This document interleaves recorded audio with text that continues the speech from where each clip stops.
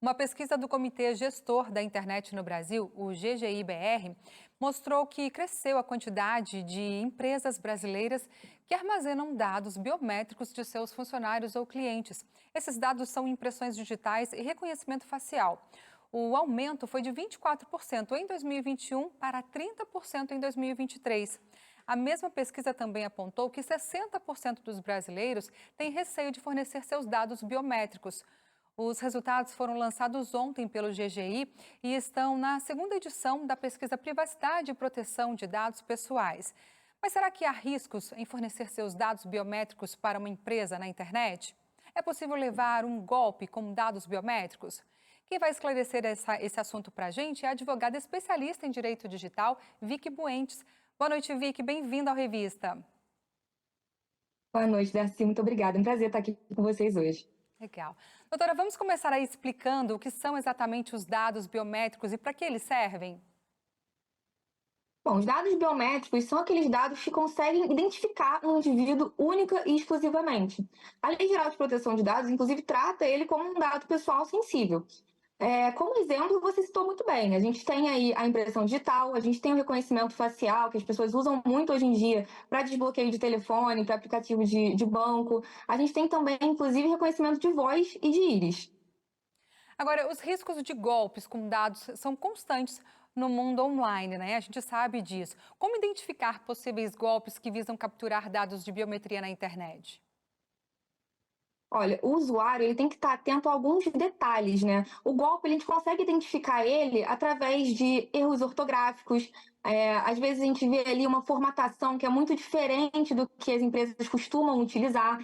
Então a gente tem que estar sempre atento a isso. É importante que o usuário também se certifique do domínio do site que ele está acessando. Se o site parecer fraudulento ou então ligeiramente adulterado de alguma forma, ele tem que se certificar de que aquele é o site oficial da empresa que ele quer acessar de fato. Então é importante estar sempre atento a esses detalhes, certificar que é uma conexão segura antes de fornecer qualquer dado pessoal biométrico para essa empresa. Existe algum tipo de legislação no Brasil que especifique quais tipos de instituições têm permissão para exigir dados biométricos por parte de usuários e consumidores? Olha, aqui no Brasil, a gente tem a Lei Geral de Proteção de Dados. Ela trata não somente os dados biométricos, mas todos os dados pessoais em geral. Ela não especifica o tipo de instituição que pode fazer esse tratamento, mas ela traz as bases legais que esse tratamento deve ser enquadrado, ou seja, as hipóteses que esse tratamento pode acontecer, e também os princípios norteadores que as empresas têm que adotar ao realizar esse tratamento, que se não forem respeitados, a empresa pode sim ser alvo de uma punição. Que dicas você pode dar para que as pessoas possam se prevenir de golpes de biometria na internet e como recorrer na justiça, né, caso alguém seja vítima aí de algum golpe?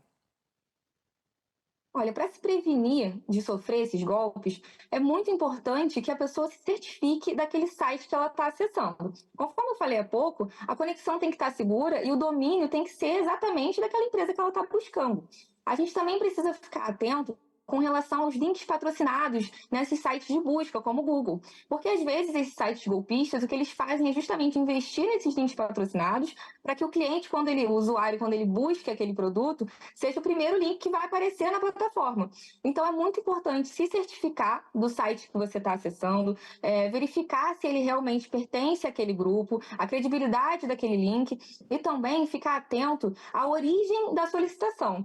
Se tiver uma empresa te procurando, pedindo seus dados, que venham através de mensagem de texto, de e-mail, de chamada telefônica, é importante que você fique atento para saber se não é fruto de um golpe. E também é importante ficar atento com relação aos links patrocinados do Google e, bom, sempre se certificar de que aquele site tem credibilidade para pedir aquele dado para o consumidor.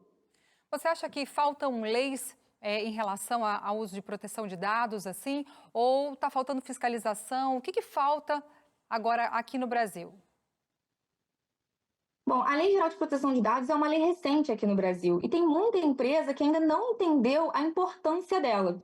Eu acredito que aí, agora, nos próximos anos, a gente vai começar a ver essas empresas sendo punidas, sofrendo multas e talvez a partir daí elas vão realmente entender a importância do tratamento de dados e também de dar segurança ao usuário de que aquele tratamento está sendo realizado de uma forma ética e seguindo os preceitos legais que a lei prevê.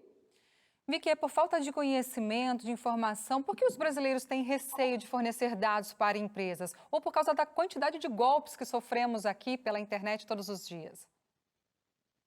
Eu acho que o receio do brasileiro vem de diversos fatores, mas eu vou destacar aqui o desconhecimento do usuário. Eu acho que as plataformas às vezes pecam em não deixar tão claro para aquele consumidor por que aquele dado está sendo coletado, qual vai ser a finalidade, a forma que aquele dado vai ser coletado, por quanto tempo a empresa vai estar com aquele dado com ela, o que ela vai fazer com aquilo. Então, eu acredito que a falta de conhecimento do usuário traz esse receio e acaba que o que acontece é que ele se depara com um termo de uso, uma política de privacidade que é muito extensa e que uma pessoa leiga é muito complexa de entender. Então, eu acho que como falta essa transparência e o usuário está sempre aí vendo as notícias dos golpes que acontecem na internet, utilizando dados pessoais, que está cada vez escalando cada vez mais.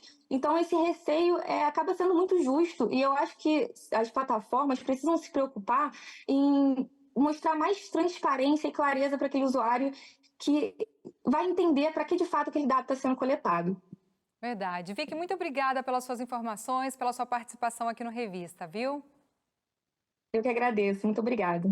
Tchau, tchau.